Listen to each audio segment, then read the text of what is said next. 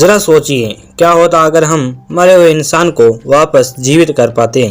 ऐसा होते हैं आपने सिर्फ फिल्मों में ही देखा होगा, लेकिन आज हम इस वीडियो में आपको इतिहास के उस वैज्ञानिक के बारे में बताएंगे जिसने एक मरे हुए जीव को फिर से जिंदा करने की कोशिश की। और यही नहीं, वो इसमें सफल भी हुआ। मरे हुए इंसान को वापस जिंदा करने की कोशिश दुनिया भर में कई वैज्ञानिकों ने की है, लेकिन ये अब तक का सबसे खतरनाक और चौंका देने वाला एक्सपेरिमेंट था। तो कौन था वो वैज्ञानिक और क्या था उसका एक्सपेरिमेंट, आइए जानते हैं। साल 1934 में विज्ञान के इतिहास में कुछ ऐसा हुआ जिसकी किसी को उम्मीद नहीं थी। कुदरत के नियम को चुनौती देते हुए बर्कली के एक वैज्ञानिक रॉबर्ट ई कॉर्निस ने मरे हुए जानवर को जिंदा कर दिया था। यह अब तक का सबसे खतरनाक और चुनौतीपूर्ण प्रयोग था। इस प्रयोग पर बाद में एक फिल्म भी बनाई गई थी जिसमें रॉबर्ट द्वारा प्रयोग के दौरान लिए गए असल वीडियो का इस्तेमाल किया गया था। लेकिन बाद में रॉबर्ट ई कॉर्निस के साथ कुछ ऐसा हुआ कि उन्होंने इस प्रयोग को दोबारा ना करने की कसम खा ली थी। रॉबर्ट ई कॉर्निस ने अपने इस प्रयोग के लिए कई ऐसे काम भी किए जिसके बाद दुनिया उन्हें मैड साइंटिस्ट भी कहने लगी।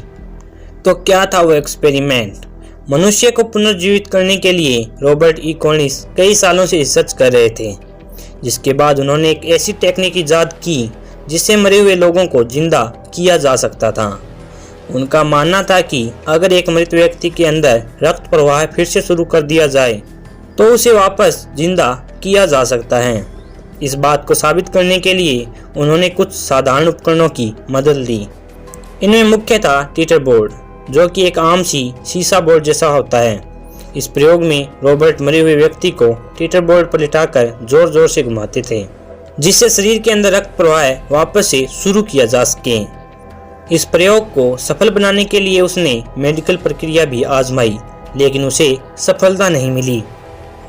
इस प्रयोग में असफल होने के बाद रॉबर्ट ने इस एक्सपेरिमेंट को जानवरों पर करने की ठानी। मई 1934 को रॉबर्ट ने अपने प्रयोग के लिए 5 कुत्तों का इस्तेमाल किया, जिनका नाम उसने लेजरस 1, 2, 3, 4 और 5 रखा। इन सभी कुत्तों को रॉबर्ट ने नाइट्रोजन गैस मिक्सर देकर मार दिया और इनके मरे हुए शरीर को टीटर बोर्ड से बांध दिया था। इसके बाद इन कुत्तों के शरीर में इंजेक्शन की मदद से एक ऐसा मिक्सर डाला गया जिसमें एड्रेनालाइन घुला हुआ था। इसके बाद उनके मुंह में मशीन की मदद से ऑक्सीजन सप्लाई किया गया। इस दौरान बोर्ड को आगे पीछे घुमाया जा रहा था ताकि यह मिक्सचर आसानी से उनके शरीर में घुल जाए। इस एक्सपेरिमेंट के बाद पहले 3 कुत्ते कुछ समय के लिए जिंदा तो हो गए, लेकिन कुछ देर बाद वो कोमा में चले गए। हालांकि लेजरस 4 और 5 को सफलतापूर्वक पुनर्जीवित कर लिया गया। साल 1935 में मॉडर्न मैकेनिक्स में छपे एक आर्टिकल के अनुसार पुनर्जीवित होने के बाद लेजरस 4 किसी सहारे के बिना खड़ा नहीं हो पाता था। वहीं 5वां कुत्ता लेजरस 5 केवल 4 दिनों में ही वापस नॉर्मल हो गया। हालांकि इस एक्सपेरिमेंट के बाद ये दोनों कुत्ते कब तक जीवित रहे इसका किसी को पता नहीं चला। साल 1934 में डॉक्टर कॉर्निस के इस एक्सपेरिमेंट पर एक फिल्म भी बनाई गई जिसका नाम था लाइफ रिटर्न्स। इस फिल्म में खुद रॉबर्ट ने काम किया था। साथ ही इस फिल्म में रॉबर्ट द्वारा प्रयोग के दौरान लिए गए असल वीडियो का इस्तेमाल किया गया था, जिस वजह से इस फिल्म का काफ़ी विरोध भी हुआ था। ये फिल्म आज भी यूट्यूब पर मौजूद है। शुरुआत में रॉबर्ट कॉर्निस ये एक्सपेरिमेंट कैलिफोर्निया के बर्कली शहर में कर रहे थे, लेकिन मीडिया में उनके प्रयोगों को लेकर हो रही आलोचना की वजह से उन्हें वहां से जाना पड़ा। इस प्रयोग में कुत्तों को इस्तेमाल किए जाने की वजह से उनका हर जगह विरोध हो रहा था। हालांकि इतनी आलोचना होने के बावजूद रॉबर्ट का ये एक्सपेरिमेंट इतिहास में सबसे सफल प्रयोगों में से एक माना जाता है। जानवरों पर किए गए एक्सपेरिमेंट में सफलता मिलने के बाद 1947 में कॉर्निस ने इस प्रयोग को एक मृत व्यक्ति के शरीर पर करने की ठानी। इस प्रयोग के लिए उन्हें एक व्यक्ति भी मिल गया था जिसका नाम था थॉमस MC मोंगलिक। कोर्ट के आदेश पर थॉमस को एक बच्चे का कत्ल करने के जुर्म में मृत्युदंड सुनाया गया था। जब कॉर्निस के प्रयोग के बारे में थॉमस को पता चला तो उसने उससे संपर्क किया, जिसके बाद रॉबर्ट ने कोर्ट से अपने प्रयोग के लिए थॉमस के मृत शरीर का इस्तेमाल करने की इजाज़त मांगी। लेकिन कोर्ट ने उनकी इस अर्जी को यह कहकर ठुकरा दिया कि अगर थॉमस वापस जिंदा हो गया तो उसे जेल से रिहा करना पड़ेगा, जो कि नहीं हो सकता। इस घटना के बाद रॉबर्ट को गहरा सदमा लगा और उन्होंने इस प्रयोग को कभी ना करने की कसम खा ली।